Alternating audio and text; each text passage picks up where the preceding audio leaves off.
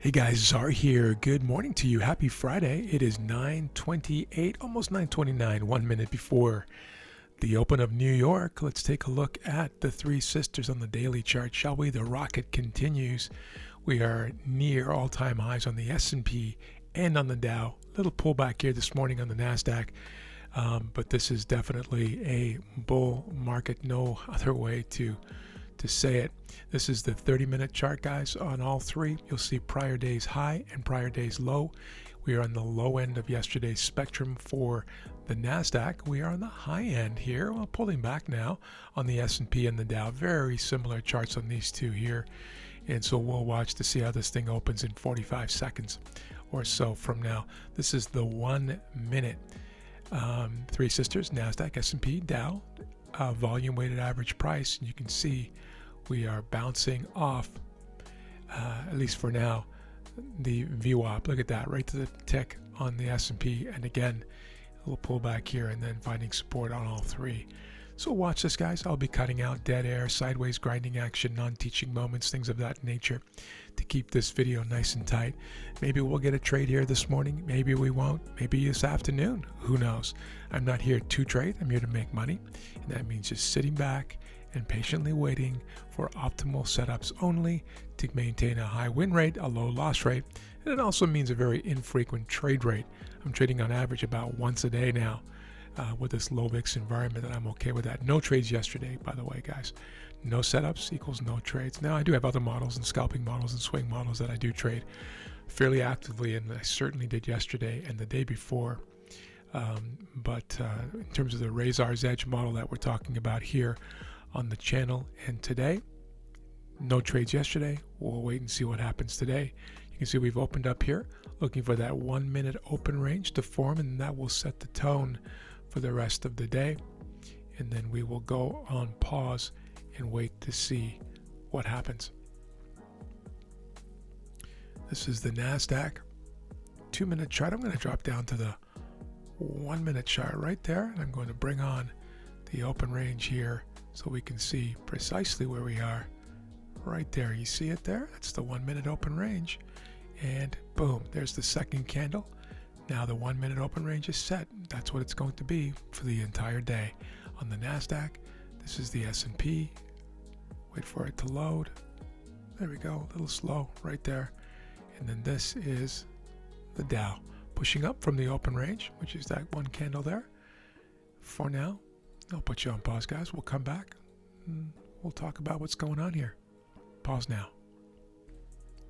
All right, guys, we're back, and I'm just working on an idea here after a very uneventful morning so far. It's only 10:23. We're less than an hour into the session, but nothing going on here, guys. I've been sending my group kind of warnings about how rangy we are here and how much disagreement there is, as has been the last few sessions between the three sisters here. So it's just kind of a, I don't know, I would risk saying boring market action period that we're going through right now. Of course, it's nice to be at near all-time highs here, and swings and positions are doing very well. But it's not as fun for many day trading models, and I know that because of all the DMs and private messages that I get from other traders as well. But there's a lot of waiting around, or in some cases, people are jumping in and trying to manufacture trades when there's really just mess going on. In the indices here in particular, there's been some great moves, and things like oil and gold has done some nice things. A few FX pairs have done fairly interesting things as well. But the indices have just been doing sloppy things on the intraday spectrum. Certainly in the morning. The afternoons seem to have been a little more interesting, at least for me. Watching here, guys, looking at a buy stop here. I may cancel it. I'm going to see how this goes. I need to have some kind of confirmation between the three sisters. So it's live right now. Yeah, so we're pulling back up here, guys. This is good. Nasdaq pulling to the top of the open range. S&P threatening to break through while we simultaneously break through here on the Dow. So here we go. Waiting now. And there it is, guys. Long the Dow. First trade of the day. Let's see if we can get this thing to break through This little bit of resistance that we have here. That's an important one, of course, guys. That's a main high there, major high. But we got some momentum going now on all three of the sisters. Let me show this to you. Not quite. I'd like to see the NASDAQ, of course, break above the 1 minute open range. I mean, there's nothing particularly magical about that, but needing to see all three of them doing something similar here would be very helpful to this this trade idea. Dow, the strongest of the three by far. We had this nice leg up, consolidating here, kind of a, you know, kind of a saucer or a cup, if you like. Here's a cup with a handle and a breakthrough. So impulse, cup, handle, breakthrough. This is a pattern that I do like to trade fairly often. You'll see that in my 700 plus videos. I'll put you on pause for now, guys, and then we'll come back and talk more about this. And target 1 has been hit. And so the 1 hour all or nothing trader has left the game with full profitability. Of course, the 2 hour move stop to break even at 1 hour has done this, has moved their stop to break even. So they will either get a break even or a 2 hour and nothing in between, because we've reached 1 hour. And the 1.5 and 2 hour all or nothing traders will sit here and wait to see if they can get profits too. This is a trend continuation trade, guys. There's also a zone break element to it, but this is one of my favorite kind of setups. It's an alignment setup. Call it a synchronicity setup if you like, with the daily in a bullish configuration.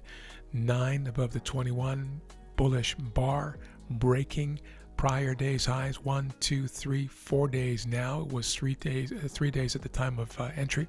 There's the prior day high right down there. You see that I actually added this while I was on pause. And then we also have the bullish configuration on the 30-minute chart. So starting with the higher time frame, moving down, 9 above the 21, nice consolidation and pullback. A little messy and sloppy here for that first candle of the session amongst all three sisters, by the way. And so just sat on my hands and warned my group essentially to do the same thing. Hopefully most of them did that as well. And then playing these breakouts here eventually when we got some momentum. So bullish daily, bullish 30, and then we move down to the 2 minute, of course, and we have this nice move, one of my favorite types of move, a nice impulse wave up, a gentle and flowing cup with a handle, and then break above, well, on an impulse here, and above the open range. Very important piece of the puzzle, of course. I'll take you over to the three sisters to show you there how we were range bound in here on the S&P. This is a Dow, of course, that I'm in, and on the NASDAQ. So stayed out for all of this here, this mess here. Even though we were above the open range, that's not enough for me most of the time, unless there are other factors that are working in favor of a trade. And then when we saw these breaking down below open range, of course, all bets were off, with this one rallying stronger, this one pulling down. There is no trade for me most of the time under those circumstances. There are exceptions, and those are in my 700 plus videos. I explain those in very clear detail, I hope at least. But then when we had these breaking above, you see my cursor there where this happened? Breaking above, like rallying into the top of the open range, rallying to the top of the open range. In other words, failing down below, right? And then moving higher on the NASDAQ and S&P. Then we had confluence with the three sisters, and that was very important to my trade. I don't know if we're going to get to 1.5 and the 2R, but I do know that this is a profitable trade, having met 1R, which is the primary target of my 4 models. I'll put you back on pause, and I'll bring you back. And there it is, guys. Came all the way back to the original stop, having rallied to 1R. And so the 1R all or nothing, the primary target, was able to leave with full profitability. 2 of the models took a charge of 1R, that's the 1.5, and 2R all or nothing. But the 2R move stop to break even at 1R was able to get out at break even. So prevented themselves from taking a charge. That's that conservative approach. Sometimes it pays off. So this was a good entry, guys. I would normally take this a little bit earlier, but because of the three sisters not in agreement, I waited for this other confirmation here a little bit later and the break of the session high. And so that meant that we were looking for a significantly greater move here in order to get the 1.5 and the 2R. But I'm happy with the 1R. We'll take that. It is now 12:50. We're still in the twilight zone, and things are dropping even on the three sisters a little bit earlier than I would like, because sometimes there's a reversal opportunity. But when it's already happening in the twilight zone, not as interesting to me. Have an amazing afternoon. We'll talk soon. Take care.